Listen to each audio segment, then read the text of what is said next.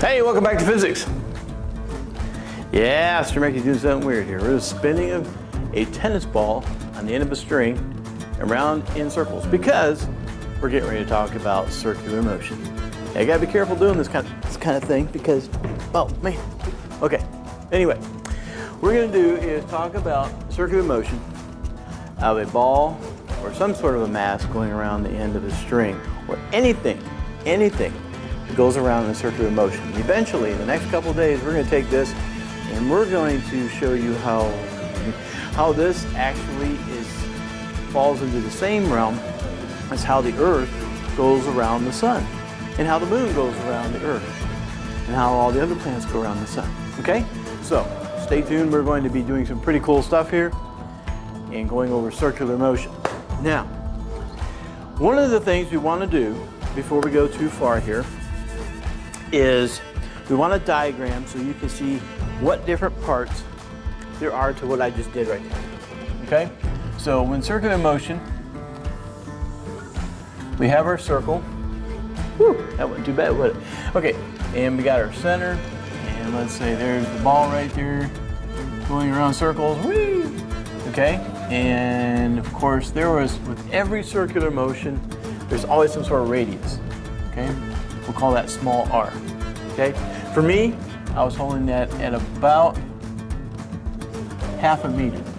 Okay, about half the length of a meter stick, and that thing was flying around there. Now, a couple of things.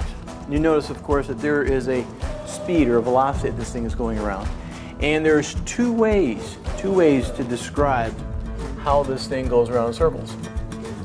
Number one, the first way is we could talk about the amount of time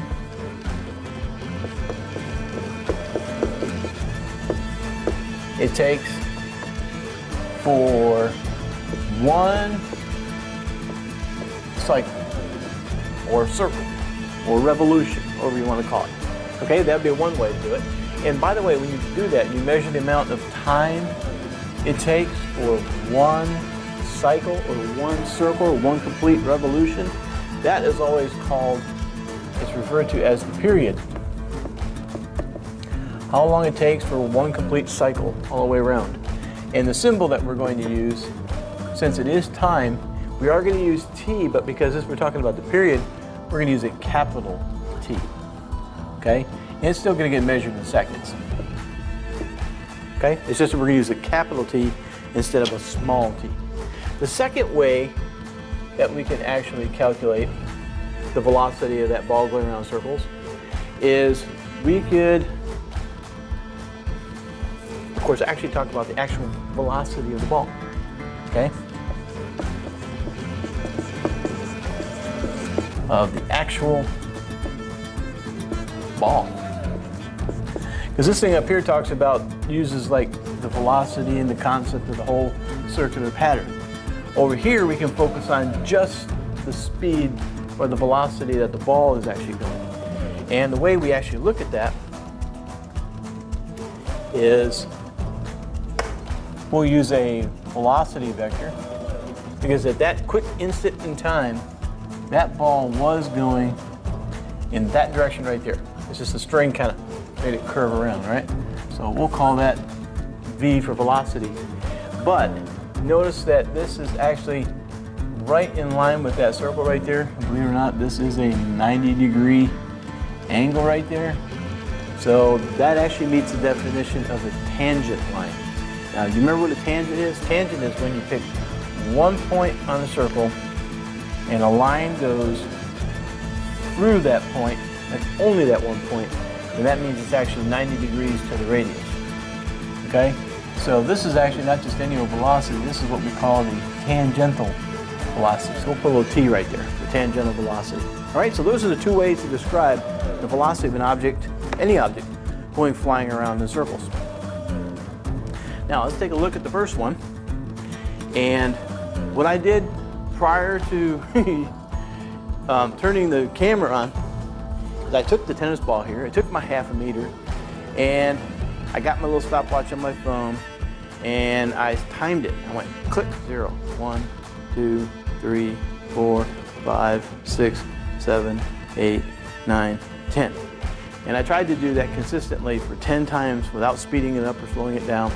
And I was going to share those numbers with you. For 10 cycles, it took me 7.20 seconds. Okay, it took me 7.20 seconds. So from that, we can actually go ahead and do the first way. We could actually calculate what is the period, what is the velocity, how fast that ball is going around, what is the period.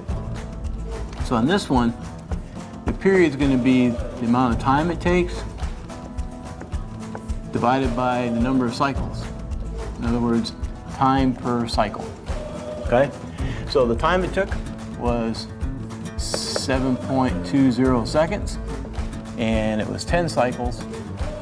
And can you see why I picked 10? It makes the math really easy. So you just move the decimal in one place, so this is going to be 0.720 seconds.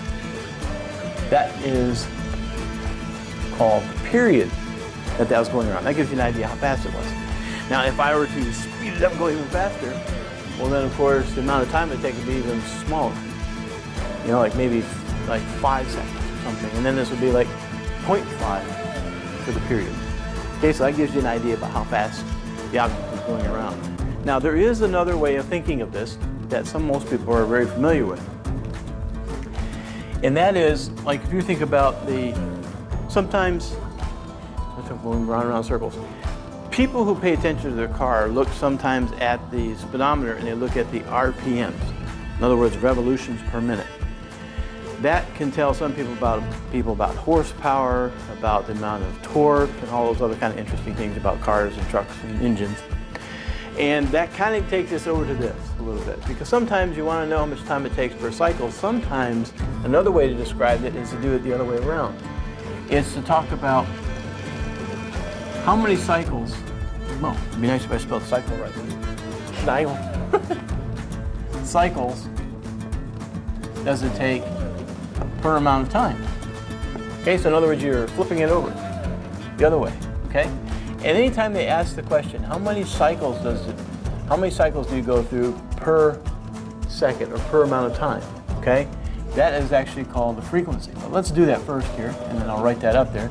So it'd be number of cycles, and it'd be just the inverted there. And that is going to be 1.39. Now, take a look at the units. It's kind of weird. This is cycles on top, and down here on the bottom, that is the time. That's in seconds down here. So it's cycles per second. We don't really say cycles, so it's just be a per second with a 1 on top. A per second. You know? Well, what we're going to do from here on out, we're going to give that a new unit. A per second. From here on out, remember 3 lines means definition. Per second is going to be called a hertz. Or we're going to just use the symbol Hz. So this is going to be 1.39 hertz. Okay? Now, anytime we do cycles per amount of time, that is actually considered what we call frequency. And we'll use frequency multiple times in this class, so this is a good time to introduce it to you. Frequency. Now, the symbol we use for frequency, unfortunately, looks very much like the subscript we use for friction. We're going to use an incursive F, but it's going to be a big one. Okay, a big incursive F is a symbol that we use for frequency. And frequency here, as you saw, was the number of cycles or revolutions per amount of time. But in physics, we like time to be in seconds. So you got to be careful. If you got to convert something from revolutions per minute, then you got to make sure you carefully convert minutes to seconds first, okay, before you go plug it into the formula.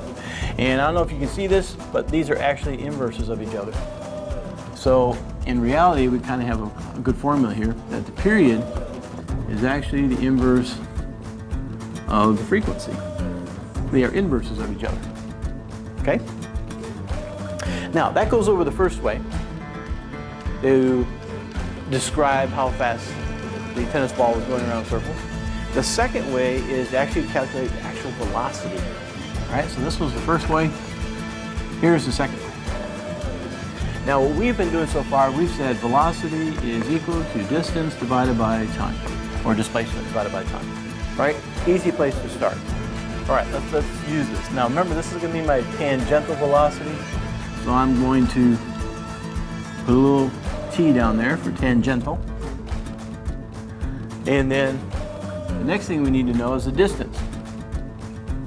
Well, remember, we're talking about one cycle, one time around. So the distance that tennis ball travels all the way around the circle one time, what do you call that on a circle? What do you call the distance around the outside of a circle? Circumference, right? Do you happen to remember the formula for circumference? What's that? That's right, good job. It's 2 pi r. Yeah, I'm sure everybody remembers that one, right? 2 pi r, that is the circumference of a circle. Okay? All right, so we're going to use the circumference of that circle. That's going to be the distance that the ball travels around circles. That makes sense. And down here, we need to know how much time does it take for that ball to go around one circle. Well, what? The amount of time it takes for one time around. Well, that's the period. So we can actually use the period down here. So we'll put the capital T in there for period. All right, so we got ourselves a new formula. Look at that. Let's go ahead and calculate, just for kicks and giggles. The tangential velocity of that tennis ball is going to be 2 times pi times, and I told you the radius was half a meter. The period we figured out over there is 0.72 seconds. So how fast would that thing go? Let's find out. I'll do a little calculation. Did I actually do it on paper? Did I? I did. It'd give 4.36. Now, units. Let's see, this was 0.5 meters, right? That was the length of that string I was using from my hand to the ball. It was half a meter. And this 0.72, that was seconds. So this is seconds down here. So it's meters divided by seconds. So meters per second. Well, that's the same units we use for velocity all the time. So that's cool. That doesn't change. Good deal.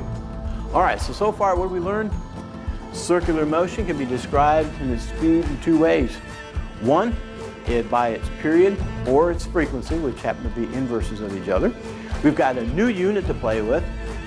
Frequency is going to come in hertz, which is actually a per second, or 1 per second. And then the velocity, in other words, the tangential velocity of the ball, is actually going to be 2 pi r over t. We got that from the circumference. We've created our own formula there. And for this one, we got 4.36 meters per second. All right, we're going to pause. I'm going to pause the video right here. I'm going to get another sip of coffee. See if I can start talking straight and calm down a little bit. And I'll put up our first example. We'll analyze that and do it together. Okay? So hold on. Hey, we're back again. I forgot to cover something before we go over an example. Okay? We got to analyze this because I kind of threw something at you and I didn't say anything about it. I was hoping you wouldn't catch it. And if you did say something, I'm sorry, I didn't go into it in more detail. But I drew our circle again, our tennis ball going around circles. And I drew a couple of positions because I want to show you something. When the ball is up here, the ball actually has a tangential velocity that goes off in that direction, right? And according to Newton's first law of physics, first law of motion, that ball should go in a straight line forever and ever and ever unless an outside net force acts on it. Well, something's pulling on this thing to make it go around in a curve, right? Just like when you throw a ball, gravity pulls on it and makes it go down. So I looked at it again over here. Again, the velocity of this ball is now going in that direction. Over here, the velocity of the ball is going that way. Over here, the velocity of the ball is going to be going that way. Over here, the velocity direction, the direction of the velocity of the ball is constantly changing all the way around. Well, I hope you remember this, but remember when we, if you have a change in velocity. Remember, velocity is a vector. It's a vector, which means it's got a magnitude and it has a direction. So if the ball's going around at 4.37 meters per second, just over 4 meters per second, that's the magnitude is not changing, right? As long as I spun that thing at a constant rate, it kept on going at 4.3 something meters per second the whole time. That's the magnitude. But the direction is constantly changing. Well, that meets the definition for acceleration. 3 lines. Definition. Acceleration.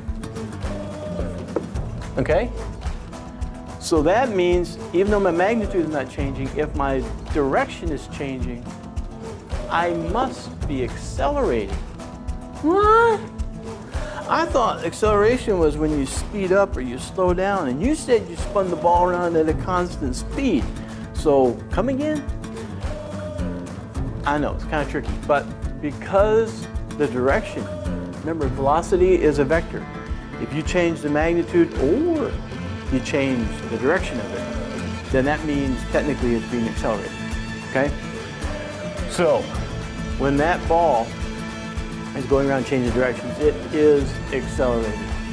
And now going back just a couple of weeks ago, if the mass of that ball is accelerating, by definition, that means there must be a force, some sort of net force acting on that thing. What force is acting on that? Do you see a force? I just see the ball flying around in circles. We got to ask yourself the question, why? What in the world is making that ball curve? Okay? What's making it curve? The string, right? The string. The string is pulling on that thing, right? When it's over here, the string is pulling right there. When it's over there, the string is pulling that direction. When it's over here, the string is pulling right there, right? And remember what we talked about a little while ago? What do you call a force when it goes through a string, a rope, or a chain? A tension force, right? So these are tension forces right here. Okay, those are tension forces. Now, here's something unique I want to point out to you. Where do every one, no matter where I would draw it on this circle, where do all the tension forces all point? Right there in the center, right? Doesn't matter where the ball is, the force of tension from that string is always going to point right there. So that net force right there, which is the tension string, is always going to point toward the center. Well, there's a phrase that we use. Anything that is what we call center seeking. Okay? Center seeking. Anything that keeps on pointing toward the center, we give it the word centripetal. Okay? Centripetal. Anything that keeps on pointing towards the center is centripetal. Okay? So this tension force right here is providing, okay, that tension force right there is acting as what's called the centripetal force, okay, the centripetal force.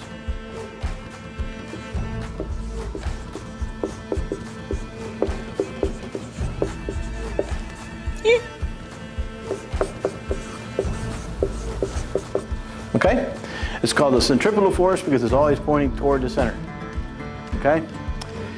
Now, the other thing. I don't know if you remember this, but some weeks back I told you that, remember the acceleration of whatever mass you're looking at. Okay? Whatever direction the net force is pulling, that's the direction the acceleration is going to be. Okay? Let me say that again. Whatever direction the net force is acting, that's the same direction as the acceleration is going to be. Okay? So that means that not only is there a centripetal force pulling over here toward the center, but that means the centripetal acceleration is also center seeking. Okay, so the acceleration is center seeking. So really, truly, we have centripetal force, and we got something called centripetal acceleration.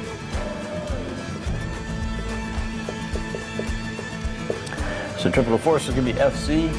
Centripetal acceleration is going to be an A with a small c, like that. Okay? And somewhere along the way, somebody's going to ask you, which direction does the centripetal force always point? Toward the center. Which direction does the centripetal acceleration point? Toward the center. Okay? It doesn't matter what they say or what they ask you. If it's got the word centripetal, it always means center seeking. It's always pointing toward the center. Okay? All right, let me stop the video again right here, and let's put our first example up on the board.